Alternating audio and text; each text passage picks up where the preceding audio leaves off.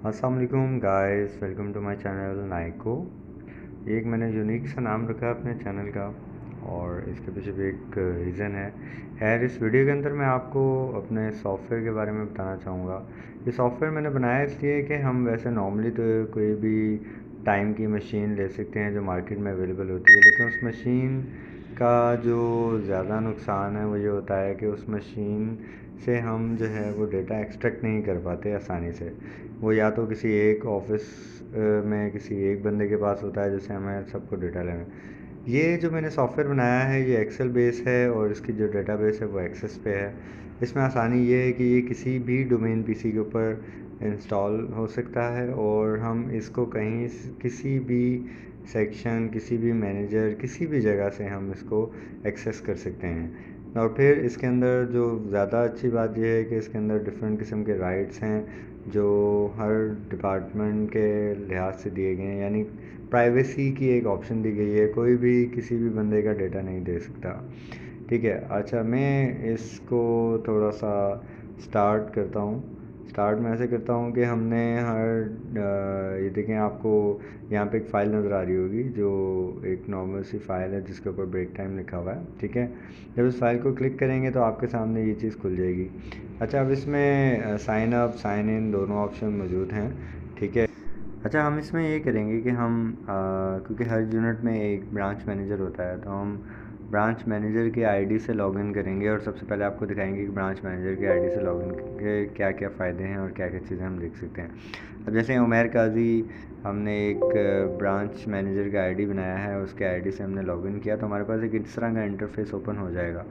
ये interface open होगा तो इस इंटरफेस में आप देखेंगे कि ऊपर सेटिंग्स है, सेटिंग्स में आप कोई भी डेटाबेस सेलेक्ट कर सकते हैं। ठीक है, उसके बाद जो हमारे पास इंटरफेस ओपन होगा उस इंटरफेस में आप देखें, सबसे पहले हमने जो चीज़ किया वो ऐड न्यू मैनेजर पे, ऐड न्यू स्टाफ पे क्लिक किया है।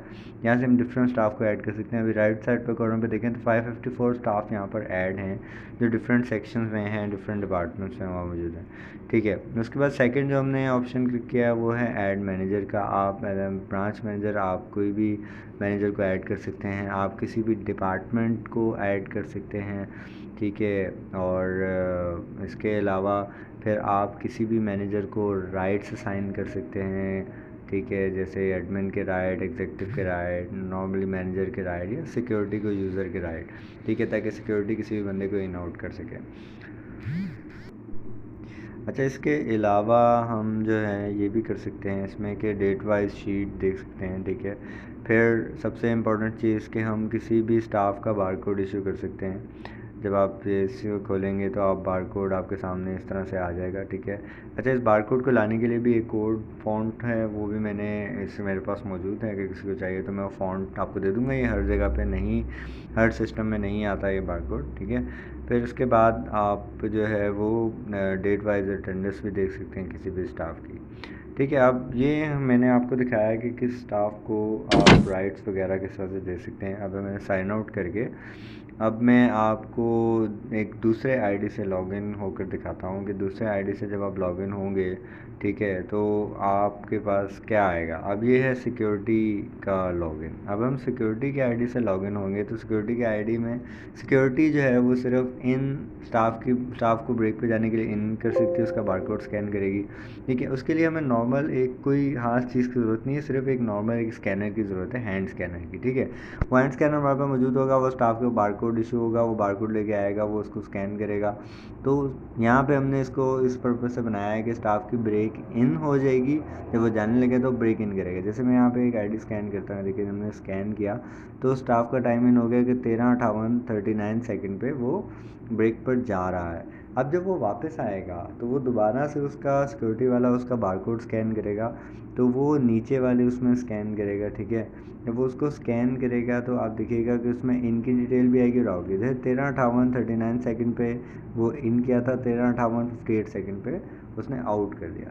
तो सिक्योरिटी वाले के पास कोई और चीज़ नहीं होगी, वो सिर्फ इन आउट करता रहेगा स्टाफ को। या आप मेनली सुबह से लेकर शाम तक किसी भी बंदे की अटेंडेंस के तौर पर भी यूज़ कर सकते हैं। ठीक है, और हमने यहाँ पे इसको बेसिकली स्टाफ की कि तमाम स्टाफ एक ही गेट से बाहर जाते हैं तो वो अपना बारकोड वहाँ पे स्कैन करवा सकते हैं। ठीक है, अब मैं आपको दोबारा एक और आईडी से लॉगिन होकर दिखाता हूँ। देखिए, हमने पहले ब्रांच मैनेजर की आईडी से लॉगिन हुआ तो हमारे पास तकरीबन 5 ऑप्शन ओपन हुई, ठीक है। सिक्योरिटी की आईडी से लॉगिन हुआ तो हमारे पास 2 ऑप्शन ओपन है, जिसमें इन और आउट थे, ठीक है।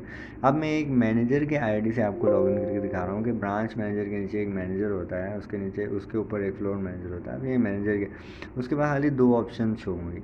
अभी जो हमने स्टाफ की आईडी इन आउट की थी, हम देखते हैं कि शायद वो इस मैनेजर के अंडर में है।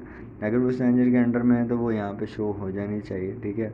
नहीं, वो आईडी यहाँ पे शो नहीं हो रही। इसका मतलब है, देखिए, जो मैंने आपको प्राइवेसी का ऑप्शन बताया था, वो प्राइवेसी का ऑप्शन यहाँ पे शो हो गया कि अगर इसमें वो बंदा इस मैनेजर के अंडर में नहीं है तो वो यहाँ पे शो नहीं हो रहा, ठीक है। अब हम ब्रांच मैनेजर की आईडी से ही लॉगिन होकर देखते हैं, क्योंकि हमें कंफर्म नहीं है क्योंकि इस मैनेजर के अंडर में। तो ब्रांच मैनेजर के पास तो ओवरऑल तमाम ब्रांच का डेटा शो हो जाएगा, ठीक है। अब यहाँ से हम अटेंडेंस में गए और आज की डेट की हमने सारी अटेंडेंस निकाल ली। तो पहली बात है, अभी लास्ट हमने ये इन आउट किया तो हमारे पास ये लास्ट में आना चाहिए। अभी सर्च कर रहा है, देखें। अब इसे सर्च कर लिया, हम सबसे लास्ट में जाते हैं। देखें, ये जो सद्दाम हुसैन साहब थे, इनका ये नज़र आ गया।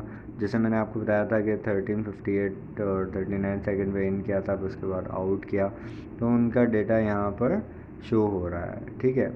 और इसके अलावा उनका टोटल टाइम भी आ रहा है कि वो जी इतने सेकंड के लिए उन्होंने टोटल टाइम किया। अच्छा, ऊपर जो है आप इसमें सर्च भी कर सकते हैं बाय नेम भी, किसी स्पेसिफिक किसी खास डेट से किसी खास डेट तक भी सर्च कर सकते हैं आप उसको। जैसे अभी हम सर्च करते हैं किसी एक स्टाफ का, ठीक है। तो देखें, ये आईडी से हम सर्च करेंगे तो उसकी आईडी या नाम या कोई उसके नाम के डिस्क्रिप्शन में कुछ भी आ रहा है तो उससे उसका सर्च हो जाएगा, उसका स्पेसिफिक डेटा। अभी इस बंदे का स्पेसिफिक डेटा आ गया। अब ये DIY स्टेशनरी में होता है, इसका स्पेसिफिक डेटा आ गया है, ठीक है। और इसको हम प्रिंट प्रीव्यू भी कर सकते हैं, इसको हम एक्सपोर्ट टू एक्सेल भी कर सकते हैं, ठीक है। अगर हम किसी और डेट्स में जाना चाहें तो हम उस डेट में भी जाके उसका डेटा वो देख सकते हैं आराम से। ये देखें आप, हमने इसको एक्सपोर्ट टू एक्सेल किया तो उसकी जो फ़ाइल है वो एक्सपोर्ट हो गई है। अब यहाँ से हम साइन आउट करेंगे। साइन आउट करने के बाद जब हम बाहर आएंगे तो हमारे पास वो फ़ाइल एक्सेल की ओपन हो जाएगी जिसको हमने एक्सपोर्ट किया था। अब क्योंकि ये मेनली एक्सेल पे बना हुआ है तो एक्सेल पहले प्रॉब्लम होती थी कि इसके साथ नहीं खुल सकता। देखिए, हम एक्सेल पे तमाम डेटा उसका सद्दाम हुसैन का एक्सपोर्ट हो चुका है। इसको आप किसी भी तरीके से यूज़ कर सकते हैं, ठीक है। इसमें आप पिवट टेबल लगा के, और दूसरे भी तरीके हैं जिससे आप इनका डेटा, पूरी ब्रांच का डेटा या पूरी यूनिट का डेटा आप एक्सट्रैक्ट कर सकते हैं कि कौन ज़्यादा ब्रेक्स कर रहा है, कौन कम ब्रेक्स कर रहा है। इस तरह से आप एक तरह से लॉस प्रिवेंशन कर सकते हैं स्टाफ की ब्रेक्स की, क्योंकि जितना भी ब्रेक्स टाइम कम होगा उतना जो है आपका जो आपकी प्रोडक्टिविटी है वो ज़्यादा होगी। अब देखिए, मैं एडमिन के आईडी से मैं लॉगिन करके अभी आपको कुछ और चीज़ें दिखाता हूँ कि एडमिन की आईडी से लॉगिन करने के बाद मैं डेटाबेस चेंज कर रहा हूँ, ठीक है। अभी मैंने सेटिंग पे क्लिक किया। सेटिंग पे क्लिक करने के बाद मैं अब डेटाबेस, मैंने खाली डेटाबेस रखी हुई है क्योंकि ये मेरे पास डेटाबेस भरी हुई थी। मैं आपको दिखाना चाह रहा हूँ कि इसी सॉफ्टवेयर के थ्रू आप एक डेटाबेस से दूसरे डेटाबेस में जा सकते हैं। अब देखिए, वो डेटाबेस उससे पिक कर रहा है और वो रिफ्रेश करेगा। एक डेटाबेस के अंदर आप 10 लाख एंट्रीज़ कर सकते हैं, ठीक है। तो 10 लाख एंट्रीज़ के साथ तो बहुत सारी एंट्रीज़ हो जाती हैं, ठीक है। लेकिन फिर भी मैं आपको आसानी के लिए दिखा रहा हूँ कि अब नई डेटाबेस जब मैंने उठाई, मैं पहले ऐड न्यू एम्प्लॉय में गए थे तो हमारे पास 355 एम्प्लॉय शो हो रहे थे। अभी देखें, कोई एम्प्लॉय शो नहीं हो रहा, मैनेजर्स में कोई मैनेजर शो नहीं हो रहा, डिपार्टमेंट कोई शो नहीं हो रहा, ठीक है। और अटेंडेंस में जाएंगे तो अटेंडेंस हमारे पास शो नहीं हो रही, ठीक है। किसी भी जगह पे आपको कोई भी डेटा शो नहीं हो रहा, क्योंकि हमने ये एक बिल्कुल ज़ीरो वाली डेटाबेस उठाई है, ठीक है।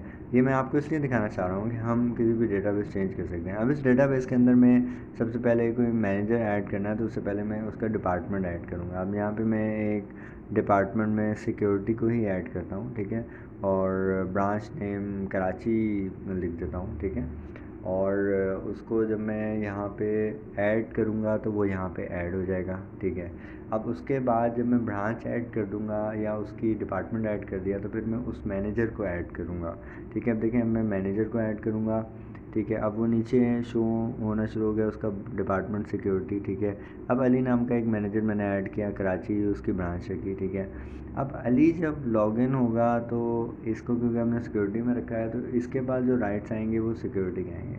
अब हम साइन आउट करते हैं दोबारा अली की आईडी से लॉगिन। लेकिन अली जब मेन पेज इंटरफेस हमारा खुलेगा तो अली साइन इन वाली जगह पे नहीं आएगा। उसकी रीज़न ये है कि अली जो है हमने उसको वहाँ पे आईडी उसका अभी क्रिएट किया है, ठीक है।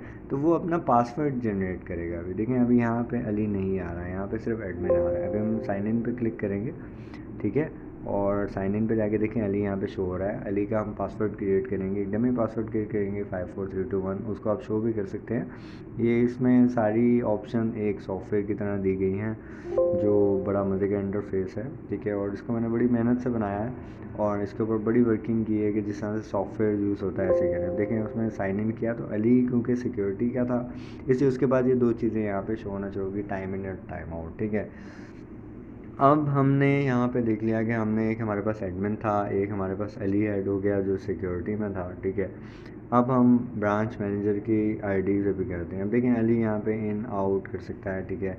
और क्योंकि वो सिक्योरिटी है तो सिक्योरिटी का सबसे पहले आईडी ऐड करना भी इसलिए ज़रूरी है क्योंकि जब आप इस सॉफ्टवेयर को लॉन्च करते हैं तो सबसे पहले आप बारकोड इशू करने के बाद सिक्योरिटी को ही वहाँ पे बिठाते हैं। मैनेजर अपने बारी बारी अपने डिपार्टमेंट के बंदों को ऐड करते जाएंगे तो आपके पास वो बंदे वहाँ पे शो होते जाएंगे, ठीक है। अब मैं आता हूँ एडमिन के आईडी से लॉगिन करता हूँ और दोबारा ब्रांच का एक मैनेजर ऐड करता हूँ, ठीक है।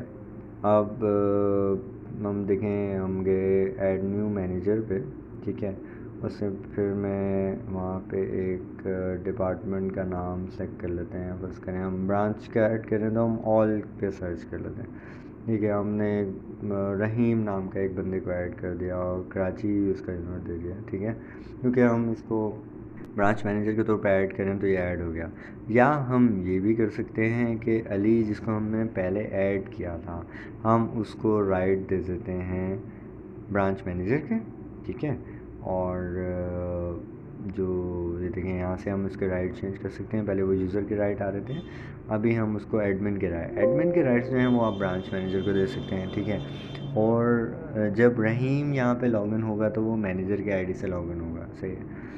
अभी हम जाते हैं जी, दोबारा इसको साइन इन करते हैं। पहले हम रहीम का जो आईडी है साइन अप कर लें ताकि रहीम अपना पासवर्ड क्रिएट कर ले। ये बेसिकली मैं आपको एक ज़ीरो से दिखा रहा हूँ कि जब आप ये अपने सिस्टम्स पे इंस्टॉल करेंगे तो किस तरीके से आपके पास ये शो होगा, ठीक है।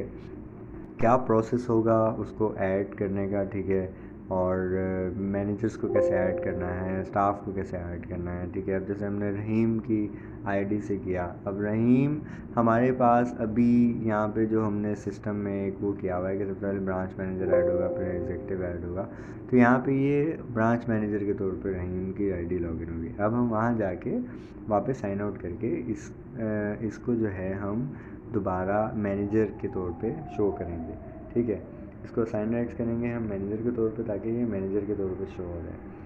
अब जब मैनेजर के तौर पे शो होगा, हाँ, तो मैं आपको बताऊंगा कि एक मैनेजर किस तरह से अपने डिपार्टमेंट में अपने बंदों को ऐड कर सकता है, ठीक है, लेकिन वो डिलीट नहीं कर सकता। और फिर वो अपने ही डिपार्टमेंट में अपने लोगों की अटेंडेंस को देख सकता है। देखें, अब मैं रहीम का जो वो है वो मैनेजर कर रहा हूँ, ठीक है। अब रहीम क्योंकि साइन अप कर चुका है इसलिए रहीम मेरे पास साइन राइट्स में शो होगा एज अ ब्रांच मैनेजर। मैं एडमिन से लॉगिन हुआ तो वो मेरे पास यहाँ पे शो हो रहा था। अब मैं रहीम की आईडी को लॉगिन करने के लिए दोबारा इसको ऑन किया, ठीक है। और अब देखें मैं रहीम को जो है वो यहाँ पे लॉगिन कर रहा हूँ। अब जब रहीम को लॉगिन करूँगा तो लॉगिन करने के बाद मैं ऐड न्यू एम्प्लॉय में जाऊँगा और रहीम के पास एक बंदे को मैं ऐड करूँगा। ये मैं आपको इसलिए शो करूँगा जब वो बंदा यहाँ पे ऐड हो जाएगा तो ऐड होने के बाद उसका बारकोड कैसे जनरेट होगा, ठीक है। और उसके बाद उसको सिक्योरिटी जब इन आउट करेगी तो फिर उसकी अटेंडेंस उसके मैनेजर के पास शो होना शुरू हो जाएगी, ठीक है। अब मैंने अकबर नाम के इस बंदे को ऐड कर लिया, ठीक है।